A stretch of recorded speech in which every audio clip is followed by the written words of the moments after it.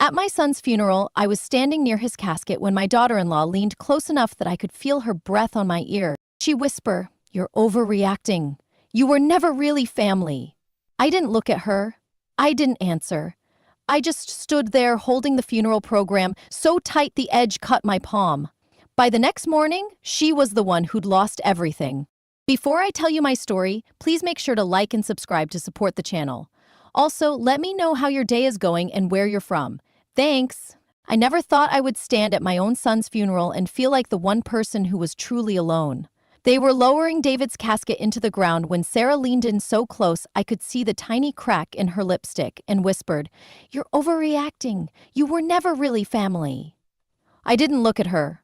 I kept my eyes on the wooden box and tried to pretend I hadn't heard her, even though the words lodged under my ribs like a piece of glass. Around me, people shifted and sniffled and murmured about what a good man David had been. He was. He'd been the kind of man who called me every Sunday, who always hugged me first at gatherings, who still left birthday cards in my kitchen even after he got married. But now he was gone, and Sarah was already acting like I was an inconvenience she'd been forced to tolerate. I felt my hand tighten around the funeral program until the edge bit into my skin, but I didn't say a word. When the service ended, Sarah wiped her eyes with a monogrammed handkerchief and stepped into a little circle of her work friends, talking in a low voice that stopped the second I got too close. I didn't try to join them. I stood off to the side, clutching my purse like it might keep me from floating away. A man I didn't recognize handed me a single white rose and told me I should take care of myself. I nodded, even though I didn't feel like I existed enough to do anything. When it was over, Sarah walked up to me, calm as anything, and put a hand on my shoulder. "I'll drive you home," she said, in a tone that made it clear it wasn't a favor. I got in the passenger seat of David's old car and stared straight ahead, the smell of his cologne still clinging to the fabric. Neither of us spoke on the way back. When we pulled into the driveway, she didn't wait for me to get out. She killed the engine and turned to me with her wedding ring glinting against the steering wheel. "I've decided it's best if you start looking for somewhere else to stay," she said, like she was suggesting I try a new shampoo. "I'm listing the house on Monday. You'll have 48 hours once the paperwork is filed." I opened my mouth, but nothing came out. My ears were ringing and my tongue felt thick. She tilted her head and looked almost sympathetic. "It's just too much space now. I need a clean start." I still couldn't form words, so I reached for the door handle and climbed out. My legs felt like they might give out, but I didn't let them. I walked inside, and the first thing I saw was a cardboard box in the hallway with "Mom's room" scrawled across it in Sarah's handwriting. I went straight to my bedroom, which didn't even feel like mine anymore. The framed photo of David and me at his college graduation was gone from the nightstand. The quilt I'd made years ago was folded on the floor. In its place, a realtor's folder sat on the bed, open to a page that read, "Pre-listing checklist." I sat down slowly and picked it up, reading every line like maybe I'd misunderstood. Like maybe this was some mix-up I could undo by being reasonable. But I knew better. I knew Sarah had been waiting for this. When David first asked me to move in after my husband died, she'd pasted on a smile and told me, "It'll be so nice to have family around," but it never really was. She liked things quiet and spotless, and hers. And I was always one too many reminders that the house didn't belong to just her. I put the folder back exactly where I'd found it and started pulling my things from the dresser. I didn't know where I was going yet, but I wasn't going to give her the satisfaction of seeing me fall apart. Around 7, I heard her moving around the kitchen, her voice low and even as she answered condolence calls on speakerphone. "Thank you. Yes, we're doing as well as can be expected," she kept saying, like she was the only one grieving. I stayed in my room, taping up boxes, folding clothes, trying not to think about how fast everything had turned. At some point, I realized I'd been packing for hours without stopping. My back hurt and my mouth was dry. I went to the kitchen for water, and she looked up from her laptop like she'd forgotten I was still in the house. She didn't say anything, just watched me fill a glass and drink it in one long swallow. When I set it down, she sighed. "I know this is difficult, Mary, but it's for the best. David would want me to be able to move on." I looked her straight in the eye for the first time that day. "You don't get to decide what he would have wanted," I said, my voice steady even though my hands were shaking. She blinked, her face blank. Then she turned back to her laptop, ending the conversation as if she hadn't just gutted the last bit of dignity I had left. I went back to my room, closed the door, and sat on the edge of the stripped bed. I thought about all the little things David used to do. How he'd make sure my favorite coffee creamer was in the fridge. How he'd leave notes on the counter when he worked late. None of it mattered now. All that was left was this cold, empty house and the woman who couldn't even wait until he was in the ground before she started erasing me. I didn't cry. I don't know why. Maybe because crying would have meant admitting she'd won. Instead, I stood up, picked up my phone, and called the only person I could think of. Evelyn, David's old coworker, the one who'd hugged me extra long at the funeral. When she picked up, I didn't even say hello. I just said, "I think I need help." She was quiet for a second. Then she said, "I'm on my way." And for the first time all day, I felt like maybe I wasn't completely alone. I didn't move from the edge of that bed for a long time after I hung up the phone with Evelyn. My mind kept replaying the way Sarah's voice sounded when she said I was never really family, like it was something she'd been saving up for years. I stared at the half-filled boxes and the taped-up folder she'd left on my bed and thought about how it had all started with one decision I thought was the right thing. 8 years ago, David called me one evening, sounding embarrassed. He said they were trying to buy the house, but the bank wanted a bigger down payment, and they'd been turned down for a loan extension. He didn't ask outright, but I could hear it in his voice. I had sold the house I shared with my husband when he passed, and most of the money was still sitting in a savings account I hadn't touched. I told David I would help, and he argued at first, but I insisted. I said I'd never need a big house again, and that it was only right that his family be stable. So I transferred the funds to cover the shortfall, and we signed a deed naming me as a partial owner. He was so grateful he hugged me in the middle of the bank office. I remember Sarah sitting in the corner scrolling her phone, acting like it was all routine. Later that night, David brought me a bottle of sparkling cider and a little cake that said "Our Family Home" in blue icing. He kept the receipt from the cashier's check and the deed paperwork in a folder he labeled Home Documents. He told me he'd always make sure I had a place here. That was the last time I ever felt fully welcome. Thinking about it now, sitting there in that stripped-down bedroom, I realized that folder might be the only thing standing between me and Sarah tossing me out with the trash. I picked up my purse and went to the garage door, but it was locked from the inside. I tried the code panel, but the numbers beeped and then flashed red. She'd changed it already. My stomach clenched, but I didn't have time to panic. I checked the side gate, and when I eased it open, I slipped into the garage and flicked on the overhead light. The filing cabinet was still against the far wall where David kept it.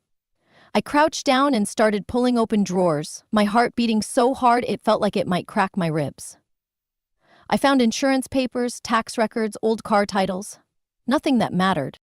The last drawer stuck halfway, and I had to brace my foot against the cabinet to wrench it open.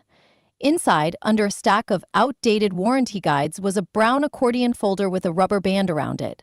I flipped it open, and there it was. Deed papers with both our names, the cashier's check receipt with the amount written in David's neat handwriting, and the settlement statements. My hands were shaking so bad I almost dropped it. I shoved the folder into my purse and stood up just as the door to the kitchen swung open. Sarah was standing there in her black slacks and a blouse, like she was about to go to a meeting. Her eyes flicked from my face to the purse. "What are you doing out here?" she asked, her voice so cold it didn't even sound surprised. "I'm getting my things," I said, trying to keep my voice even. She stepped forward, stopping just inside the doorway. "That's private property." I looked her in the eye. "I own part of this house. Nothing in here is off limits to me." She didn't argue. She just stared at me for a long moment, her mouth pressed in a tight line. "You need to leave," she finally said. "Tonight." I didn't answer. I walked past her, back through the kitchen and into the front hallway. My hands were sweating around the straps of my purse. I didn't want her to see the folder, but I knew she suspected. I was halfway to the door when the doorbell rang. For 1 second, we both froze. Then she moved to open it, her hand smooth on the knob like she was controlling the whole situation. Standing on the porch was Evelyn, wearing jeans and a simple cardigan. She held a paper grocery bag in one arm and looked directly at me, not Sarah. "Hi, Mary," she said quietly. "Can I come in?" Sarah stepped in front of the doorway, blocking her. "This isn't a good time," she said, her voice shifting into that polite tone she used when she was being fake. Evelyn didn't look at her, she just kept her eyes on me. "I think it's exactly the right time," she said, and the certainty in her voice made something in my chest loosen. I nodded once. Sarah looked from me to her, then back again. Fine, she muttered, stepping aside. Evelyn came in and set the bag on the hall table. I brought you something, she said. She reached into the bag and pulled out a small flash drive in a clear Ziploc. She held it out. David asked me to give you this if anything ever happened to him. My breath caught. When did he? She didn't let me finish. A few months ago, he told me he was updating his will and some personal files. He didn't say why. Sarah's eyes narrowed, but she didn't say anything. I took the drive and closed my hand around it, feeling the edges dig into my skin. Thank you, I whispered. Evelyn nodded. I'll wait outside, she said, and she walked back onto the porch without looking at Sarah again. The second she was gone, Sarah's mask slipped. You're pathetic, she hissed. Running to his friends for help? You think some USB is going to change anything? I didn't reply. I walked past her, down the hall and into my room. I shoved the folder deeper into my purse, zipped it shut, and grabbed my suitcase. I heard Sarah's voice following me like a mosquito. You're leaving? Where will you even go? I kept walking. You can't stay here, she called after me. You'll regret this. I didn't look back. At the front door, I paused to catch my breath, my hand tight on the doorknob. I turned my head just enough to see her standing there with her arms crossed. You're right about one thing, I said, my voice steady. I'm leaving tonight. Then I stepped out onto the porch and shut the door behind me. Evelyn was waiting by her car, and she opened the passenger door without a word. I slid in, set my purse on my lap, and finally let out the breath I'd been holding since the funeral. We didn't speak much on the drive to the motel. I held the flash drive in my palm like it was the last piece of David I had left.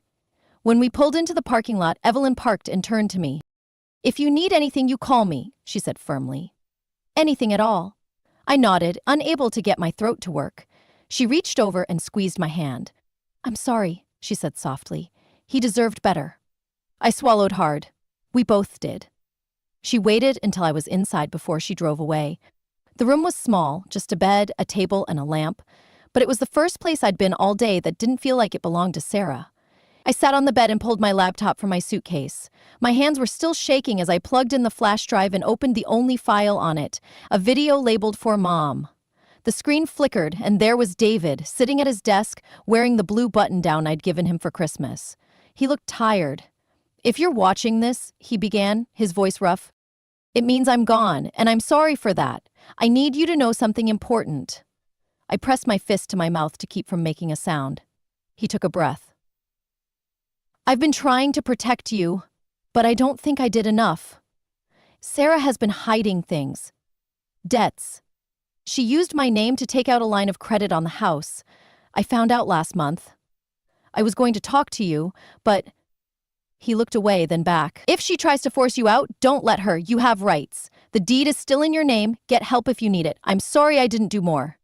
The screen went black, and I sat there staring at my own reflection, feeling like the floor had dropped out from under me. All the anger and grief twisted together into something that felt like resolve. I closed the laptop and pressed my hand over the folder in my purse. She thought she could erase me, but she didn't know what David had left behind. And I wasn't going to let her take anything else. When the video ended, I just sat there, holding the laptop like it was the last piece of David I'd ever have. My mouth felt dry, and I couldn't remember when I'd last eaten anything. I forced myself to close the computer, then pulled the brown folder from my purse and laid everything out on the motel bed. The deed, the cashier's check receipt, the settlement statement, and the flash drive. My hands were still shaking, but at least now I had something solid, something Sarah couldn't just dismiss. I picked up my phone and scrolled to the contact David had once insisted I save years back. A lawyer named Ben Garcia. He'd helped David with some employment contract dispute, and I remembered David saying he was trustworthy. My thumb hovered over the call button for a long time before I finally pressed it. The receptionist who answered sounded so polite it made my throat tighten. I explained who I was and why I was calling, my voice coming out thin and scratchy. She told me Mr. Garcia was in court that morning but could see me by early afternoon. I gave her the name of the motel, hung up, and then just stared at the ceiling, trying to figure out what I was supposed to do for the next 4 hours. Eventually, I made myself go to the front desk to ask if there was a place nearby to get coffee. The young man behind the counter handed me a paper map without looking up from his screen. I walked 2 blocks to a little diner and ordered toast and coffee. But when the plate came, I couldn't swallow more than a few bites. My stomach felt like it was knotted in wet rope. I kept thinking about David's face in that video, the way he couldn't even look straight at the camera when he said he hadn't done enough. He'd spent so much of his life trying to keep other people happy, and now I was the last person left to defend the promises he'd made. When it was finally time for my appointment, I gathered everything into my purse. I checked the room 3 times to be sure I hadn't left any paper behind and called a cab. The ride to the law office felt longer than it probably was. I watched out the window without really seeing anything. When we pulled up, I paid the driver and sat there for a minute with the door open, my hand pressed to the folder in my lap. Part of me still felt like maybe I was making a mistake, that maybe Sarah was right and I was overreacting, that grief was clouding my judgment. But then I thought of her voice the night before, calling me pathetic and telling me I'd regret leaving. I took a breath, climbed out, and walked into the building. The receptionist gave me a polite nod and offered me water while I waited. I declined and sat in the corner chair, clutching my purse like it was an anchor. A few minutes later, a door opened, and a tall man in a gray suit stepped out and called my name.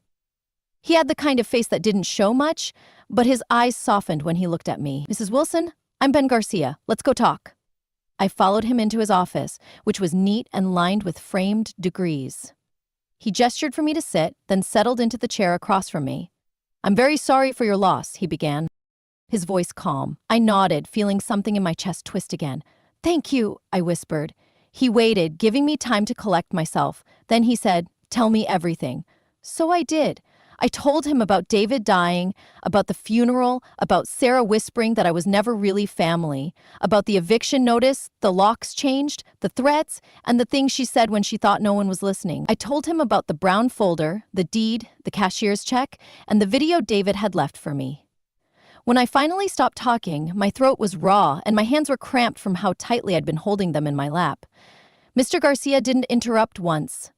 When I finished, he leaned forward and said, "May I see the documents and the video?" I passed them across the desk with a hand that felt like it didn't belong to me. He opened the folder and studied each page carefully, taking notes on a yellow legal pad. When he finished reading, he sat back and looked me straight in the eye. "You have a very strong position here," he said evenly. "Your name is on the deed, you have proof of financial contribution. Her attempt to evict you isn't legally valid." I felt something loosen in my chest, but before I could exhale, he held up a finger. "However," he said, "she may still try to force your hand by creating a narrative of instability. If she files an emergency motion claiming you're a threat or unfit, a judge could issue a temporary removal order." My mouth went dry. "She already said she'd make me look unstable," I whispered. He nodded once. "That's often how it goes." "But you have documentation. The video is critical. It shows David acknowledged your rights and anticipated she might do this. That will carry weight." He set the papers down carefully. "The next step is to file a notice of intent to retain occupancy and a motion to preemptively block any sale or transfer of title." He looked at me again, steady. "Do you want to proceed?" My chest felt tight, but I nodded. "Yes," I said. My voice didn't shake that time. He leaned over and picked up the phone on his desk, giving brief instructions to someone in the next room. When he hung up, he turned back to me. "We'll draft everything today. In the meantime, I need you to stay somewhere secure. Do not return to that house alone. If she contacts you, record everything." I swallowed. "She has my things. My clothes. Some of David's things." He paused, considering. "We'll include a request for retrieval of personal property under supervision. That will likely be granted." My eyes stung, but I blinked hard. "Thank you," I managed. He reached over and touched the folder gently. "You did the right thing coming here." For a second, I thought I might cry, but I pressed my palm flat against my thigh and forced the feeling down. He stood and walked me out to the lobby, telling me he'd be in touch by the end of the day.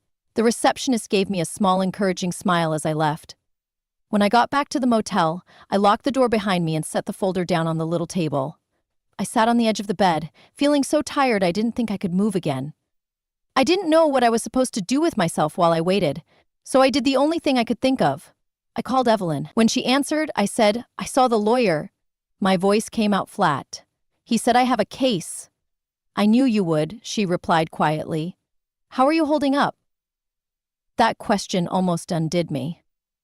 "I don't know," I admitted. There was a long pause. Then she said, "Do you want company?" I thought about it, then shook my head even though she couldn't see me. "Not right now." "All right," she said. "Call me if you change your mind." After I hung up, I lay back on the bed and stared at the ceiling. The edges of my vision felt blurry, like I was underwater. For a little while, I tried to remember what it felt like to live in that house before Sarah started acting like I was some burden she had to tolerate. I thought about the night David called to tell me Leo was born, how happy he'd sounded, how sure he was that everything was finally coming together. I pressed my hand over my eyes and told myself I wouldn't cry, but the tears came anyway, slow and hot and unstoppable. I cried for David, for Leo, for the life that had slipped away piece by piece, while I kept telling myself I was doing the right thing by staying quiet. When I finally sat up, my head felt hollow. I wiped my face with the corner of the sheet and took a deep breath. There was a voicemail from Mr. Garcia. His voice was calm but firm. "I've filed the emergency motion. She'll be served by morning. Stay where you are. You're doing everything right." I set the phone down and closed my eyes. I told myself that was enough for today. That tonight, I could just be a mother who missed her son. Tomorrow, I would be the woman who made sure Sarah couldn't erase me. The next morning started with a call I almost ignored. I had barely slept, lying there replaying David's video over and over in my head. When the phone buzzed, I thought it was Evelyn checking on me again, but the screen showed a number I didn't recognize. I answered anyway, my voice rough. The man on the other end introduced himself as Deputy Marshal from the County Sheriff's Office. He said he was calling as a courtesy to let me know that the injunction Mr. Garcia filed had been granted, and that an officer would serve Sarah with the notice that morning. I thanked him, my hand pressed tight over my eyes as he explained what the papers included.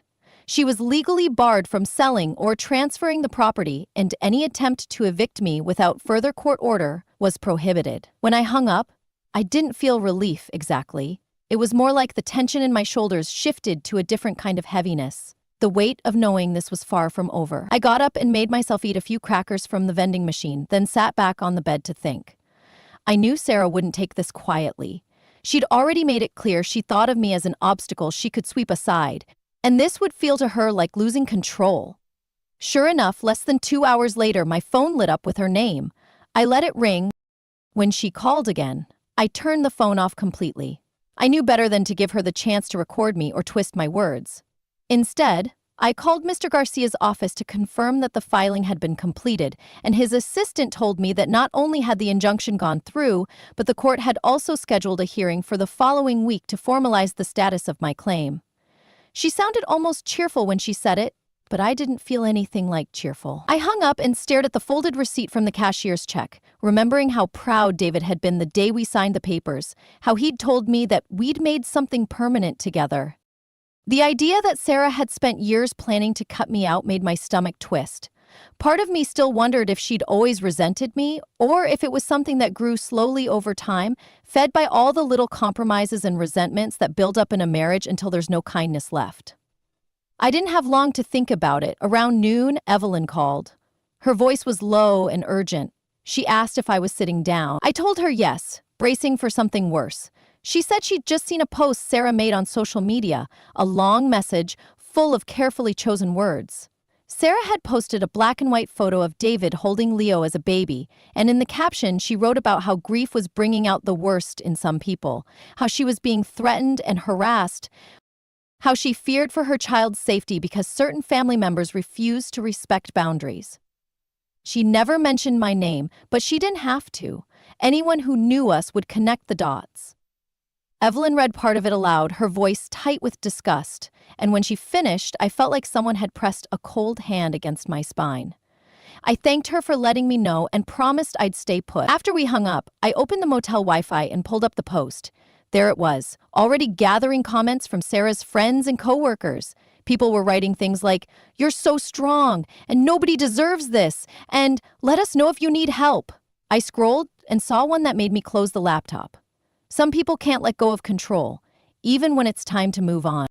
For a moment, I felt something close to rage, but underneath it was something worse, the quiet shame that comes when you realize people will believe whatever story sounds easiest. I pressed my hand flat against the table and took a deep breath. I knew if I tried to argue with her publicly, it would look petty. That was how she operated. She provoked people into reacting so she could point to their reaction as proof she was the victim. I sat there thinking about what David would have wanted me to do. He wouldn't have wanted me to hide, but he also wouldn't have wanted me to stoop to her level. When the phone rang again, it was Mr. Garcia this time. He said he'd seen the post too and wanted to advise me not to engage. He said the best way to counter a public narrative like that was with evidence, calmly presented, not emotion. I told him I understood, and for the first time in days, I felt steadier. Before we hung up, he asked if I'd considered speaking to the local news outlet. He said sometimes having an impartial record of the facts could help. I hadn't thought about it, but the longer I sat there, the more it seemed like the only way to counter the story she was telling. I told him I'd think about it. After we hung up, I scrolled through my contacts until I found the number for the local paper. My finger hovered over it for a long time. Part of me hated the idea of making something so personal public. But then I remembered the way Sarah had looked at me in the kitchen, her mouth curling when she called me pathetic. She was counting on me to stay quiet. So I pressed the call button. The reporter who answered sounded young, but she listened carefully as I explained what was happening. She didn't interrupt or rush me. When I finished, she asked if I had documentation. I told her I did. She asked if I'd be willing to share it. I hesitated for a heartbeat, then said yes. She offered to come meet me that afternoon. After I hung up, I felt my heart hammering so hard I thought I might be sick. But I didn't have time to fall apart. I laid everything out on the table, checking it twice to be sure I hadn't left anything out. The reporter arrived just after 3. Her name was Marissa, and she was polite but serious. She asked me to walk her through everything, start to finish. I did, my voice flat, while she took notes and recorded. She examined the deed and the receipt, looked at the flash drive, and asked if she could take photos for verification. When I agreed, she thanked me for being thorough. She told me she'd reach out to Sarah for comment before the piece ran. I knew that would only make Sarah angrier, but I didn't care anymore. By the time Marissa left, it was getting late. I watched her drive away, then closed the curtains and sat on the bed, feeling more tired than I ever had. My phone buzzed with a new voicemail. It was Sarah's voice, brittle and low. She said, "I don't know what you think you're doing, but you're destroying what's left of this family. If you care about Leo at all, you'll stop this now." I played it twice, then forwarded it to Mr. Garcia without replying. For a long time after that, I just sat there, staring at the wall. I thought about the day David brought Leo home from the hospital, how Sarah had let me hold him first, like she trusted me back then. I thought about all the dinners where she'd smiled across the table, all the times I'd convinced myself that if I stayed out of the way, we'd be okay. I thought about how none of it mattered now. When the phone buzzed again, I didn't even look. I picked it up, powered it off, and set it face down. That night, I lay on the stiff motel bed, my mind looping through every moment that had brought me here. I didn't feel triumphant. I didn't feel vindicated. I just felt hollow. But underneath that emptiness was a thin, steady line of something stronger. The knowledge that for the first time in years, I wasn't letting someone else decide what I was allowed to keep. I pulled the covers up and told myself tomorrow I'd be ready for whatever Sarah tried next. The next morning, I woke up to a text from Mr. Garcia saying the newspaper article would go live by noon and that I should be prepared for fallout. I sat on the edge of the bed with my phone in my hand, thinking about how strange it was that something as simple as telling the truth could feel like a risk. My stomach felt sour, but I got up and dressed, making sure I had every document and copy secured in my purse. I knew Sarah would see the article and try to spin it her way, but I also knew there wasn't much she could say to contradict hard proof. I made myself eat half a granola bar, though I barely tasted it. Around 10, Evelyn called. She didn't say good morning or ask how I was. She just said, "It's up." My heart gave a painful thump, but I nodded even though she couldn't see me. I pulled up the website, and there it was, the headline in big black letters, "Grieving Mother Fights Eviction After Son's Death." They'd used a photo of David and me at his college graduation, the same one Sarah had taken off my nightstand. Seeing it made my throat close up, but I forced myself to read every word. The article was thorough. It explained the deed, the funds I'd contributed, the timeline of Sarah's eviction attempt. It quoted Mr. Garcia confirming my legal standing and mentioned that Sarah had declined to comment except to say she was focused on protecting her family's future. When I finished reading, I felt something I hadn't in weeks, a small, hard spark of relief. I wasn't crazy. I wasn't making this up. I had done everything I could to protect what David and I had built. But the relief didn't last long, because less than an hour later, my phone started ringing over and over with numbers I didn't recognize. I ignored them all, but the notifications kept stacking up. By noon, Evelyn texted to warn me that Sarah had started posting again. This time, she'd filmed a video in the living room, sitting on the couch with Leo beside her. She was crying, saying she didn't know why I was trying to ruin their lives, that she was just a widow trying to care for her child. She said she'd always welcomed me into their home, and that she didn't understand why I was turning on her now. My hands were shaking so badly I had to set the phone down on the table. I wanted to scream that she was lying, that she was the one who'd turned, but I knew it wouldn't matter. People believed the story that was easiest to feel sorry for. I closed my eyes and tried to breathe past the ache in my chest. I didn't care what strangers thought of me, but I cared that Leo was sitting there hearing her say those things. I called Mr. Garcia and told him about the video. He sighed and said this was predictable, that she was trying to sway public sympathy before the hearing. He reminded me that I didn't have to respond publicly, that I already had the truth on my side. After we hung up, I felt so tired I could hardly stand, but I forced myself to get dressed properly, to brush my hair to look like a person who wasn't about to collapse. Around 2, my phone buzzed again, but this time it was Deputy Marshal. He told me Sarah had been formally served with the injunction and that I had the right to return to the property if I wished, accompanied by an officer to ensure no disturbance. The thought of going back into that house made my stomach twist, but I knew I couldn't avoid it forever. My things were still there, and part of me felt like if I didn't go back, it would be the same as admitting she'd won. I thanked him and said I would come that afternoon. I called a cab, and when it arrived, I climbed in, clutching my purse like it was a life preserver. The driver didn't say anything, and I was grateful for the silence. When we pulled into the neighborhood, I felt my throat tighten. The house looked exactly the same as it always had, except now I could see Sarah's car parked out front, along with a black SUV I didn't recognize. I paid the driver and got out slowly. Before I could second-guess myself, a patrol car pulled up behind me. Deputy Marshal stepped out, his expression neutral. "You ready, ma'am?" he asked. I nodded, though my palms were sweating. Together we walked up the path. He knocked on the door firmly, and after a long pause, it opened. Sarah stood there, her face pale and tight. For a second, none of us spoke. Then she stepped back and crossed her arms. "You can come in," she said flatly. I walked past her into the foyer, trying to ignore the way her eyes followed every movement. Inside, the house felt smaller than I remembered, crowded with boxes and piles of things I didn't recognize. The deputy cleared his throat. "Mrs. Wilson is here to collect personal belongings and document property," he said. Sarah didn't answer. She just turned and walked into the kitchen. I went to my old room first. Someone had emptied the drawers onto the bed, and I had to sift through everything piece by piece to find what was mine. My hands were shaking, but I made myself keep going. I packed my clothes, the framed photos, the little jewelry box David had given me. When I got to the bottom of the closet, I found the quilt I'd made, crumpled in a ball like it was nothing. I folded it carefully and set it in the suitcase. As I worked, I could hear Sarah moving around in the kitchen, opening and closing cabinets. I didn't care what she was doing, as long as she stayed out of my way. When I finished in the bedroom, I walked down the hall to the study. The door was ajar, and I pushed it open slowly. Inside, everything looked the same as it had when David was alive.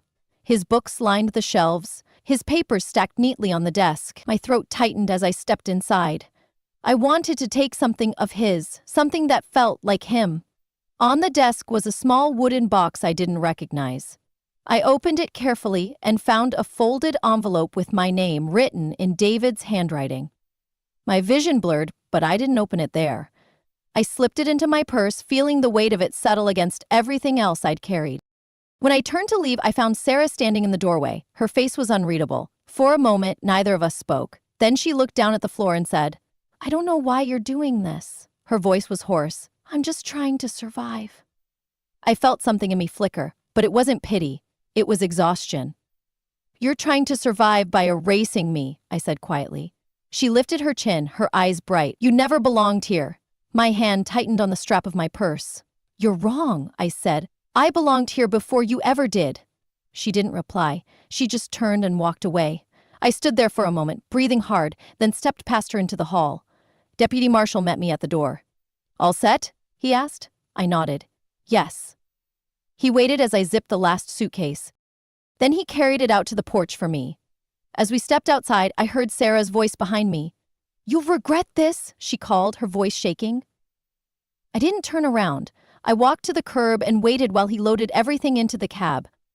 Before I got in, I looked back one last time at the house I thought would be my home for the rest of my life. It didn't feel like mine anymore. It hadn't for a long time. I thanked the deputy, climbed into the back seat, and shut the door. As the car pulled away, I felt something in my chest loosen, like I'd finally stopped pretending. I didn't know what Sarah would do next, but for the first time in weeks, I knew exactly what I was going to do. I was going to read David's letter, and then I was going to make sure she never had the chance to hurt me again. When I got back to the motel, I didn't unpack. I didn't sit down or take off my shoes. I went straight to the little table by the window, set my purse down, and pulled out the envelope with my name on it. My hands were shaking, but I made myself slide my finger under the flap and open it. Inside was a single sheet of paper folded in half, David's handwriting filling the page in his neat block letter. I took a breath and started reading. He began by saying he was sorry he hadn't been braver sooner. He wrote that he'd known for a long time that Sarah had debts she was hiding, that she'd taken out credit cards in his name, and had been moving money between accounts to keep up appearances. He said he'd thought he could fix it, that if he worked enough hours, he could catch up before it swallowed them whole. But he'd been tired, and he'd been scared to tell me, because he knew how much I worried. He wrote that he never wanted me to feel like I was a burden, that moving me into the house had been something he wanted, not something he'd done out of obligation. He said he was proud of the way I'd rebuilt my life after Dad died, that he respected me more than I probably ever knew. I had to stop reading because the words were swimming on the page. I pressed my hand over my mouth, trying to keep the sob from escaping, but it came out anyway, a raw sound I couldn't control. For a moment, I let myself feel all of it, the grief, the guilt, the relief that at least he'd left me this one clear truth. When I could finally breathe again, I finished the letter. In the last lines, he asked me to promise I wouldn't let Sarah take everything. He said, "Don't let her convince you that you don't belong. You belong anywhere you decide you do." I folded the letter carefully and set it on the table. My chest hurt, but it felt different now, like something old was finally breaking apart so something stronger could grow in its place. I wiped my face, then picked up my phone and turned it back on. There were more missed calls and messages, most from Sarah, a few from numbers I didn't recognize. I ignored them all. Instead, I called Mr. Garcia and told him I wanted to move forward with formal proceedings to reclaim my part of the property and to request restitution for damages and legal costs. He said he'd already prepared the paperwork. He sounded calm and certain, which helped steady me. After we hung up, I called Evelyn. When she picked up, I didn't try to pretend everything was fine. "I read his letter," I said, my voice thick. She was quiet for a moment. Then she said, "I'm glad he left you something real." I closed my eyes. Me too. I told her I was going to stay at the motel until the hearing. She offered to come sit with me, but I said I needed a little time alone first. She understood. That night, I packed up everything I didn't need, stacking my suitcases by the door. I kept only what was necessary, the folder with all my documents, the letter, and a change of clothes. I wanted to be ready for whatever came next. In the morning, I called the clerk's office to confirm the hearing date and time. When I hung up, I found myself staring at the framed picture of David I'd propped on the dresser. I thought about how proud he'd been the day we moved me in, how sure he was that this was the start of something good. It still made my heart ache, but it didn't feel like it was going to crush me anymore. Around midday, I decided it was time to answer at least one of the messages. I chose the oldest one, a voicemail Sarah had left before she started posting videos. Her voice was shaky, but cold. She said, "I don't know what you think you're proving. All you're doing is hurting Leo. He doesn't understand why you're trying to take away his home."